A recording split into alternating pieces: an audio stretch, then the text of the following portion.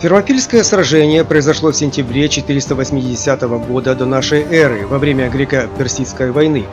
Персидской армии численностью в 200 тысяч человек противостояло около 6 тысяч греков. Очевидно, древние источники сильно преувеличивают численность персидских войск, ведь такую огромную армию персов было невозможно прокормить скудной на еду Греции. Вероятнее всего, количество персов не превышало 60 тысяч человек, то есть они имели десятикратное преимущество. После смерти персидского царя Дария его трон занял сын Ксеркс, который продолжил подготовку к походу на Грецию. Войско было набрано со всех частей громадной Персидской империи. Для сражения с армией Ксеркса требовались объединенные усилия всех греков. Перед лицом общей опасности в Коринфе был заключен союз и прекращены междоусобные войны. Афинский стратег Фемистокл предложил остановить врага в узком Фермопильском ущелье, где греческое войско могло удерживать превосходящие силы противника. Даже в современной войне, такой как война России с Украиной, умелое использование рельефа местности имеет очень важное значение. Например, в Киевской области лесистая болотистая местность с многочисленными водными преградами позволила украинским войскам задержать и разгромить превосходящие силы русских. Это было одним из основных факторов победы. Что уж говорить об античных временах.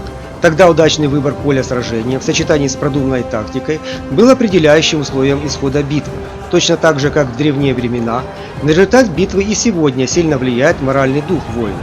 Если малочисленное войско, защищающее свою землю, имеет большое мужество и твердость духа, то эффективный заслон в узком проходе не позволяет врагу использовать свое преимущество в численности.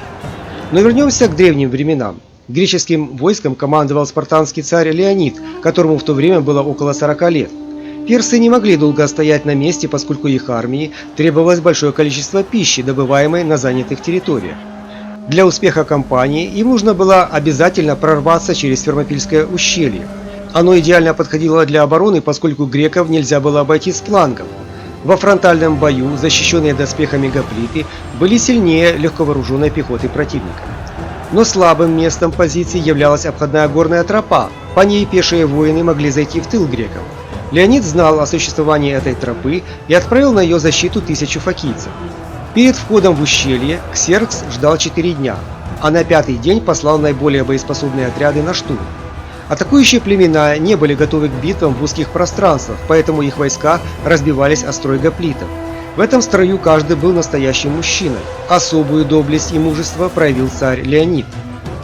Легко вооруженные персидские воины, не имеющие должной подготовки, не могли прорвать фалангу греков. Тогда персидский царь бросил в атаку элитный отряд бессмертных, свою личную гвардию. Их постигла та же участь. На второй день Ксеркс снова послал пехоту в атаку. Персы постоянно меняли свои атакующие отряды, но греки тоже имели возможность подменять друг друга в сражении. Тем временем к Ксерксу доставили местного жителя Эфиальта, который рассказал о наличии обходного горного пути. Предатель за вознаграждение решил показать этот путь персидской армии. В тот же вечер Ксеркс отправил в обход 20-тысячное войско. Фокийцы предупредили спартанцев о приближении персов с тыла. Узнав об этом, Леонид созвал совет, на котором часть защитников решила уйти в свои города. В ущелье остались спартанцы, феспийцы и фиванцы. Приняв решение остаться, Леонид спасал отступающую часть ополчения. Не рассчитывая на победу, греки построились в месте, где проход расширялся, но даже там персы массами погибали в давке. У спартанцев сломались копья, но они продолжали разить врагов короткими мечами.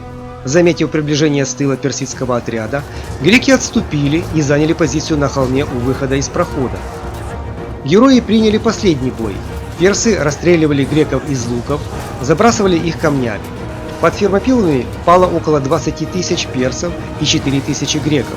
План греков задержать персов в Фермопильском ущелье был провален. Для вражеской армии открылась дорога в Аттику и Биотию. Если бы греки смогли удержаться дольше, то у персов возникли бы большие проблемы по снабжению многочисленного войска водой и провиантом. Однако самопожертвование греков не было бесплодным. Для эллинов оно послужило примером непреклонного мужества и героизма. Также значительно понизило боевой дух персов, поколебав их уверенность в дальнейшей победе. Теперь все знают, что героизм заключается в том, чтобы победить или хотя бы задержать превосходящего по численности врага. Именно так случилось в битве при Фермопилах.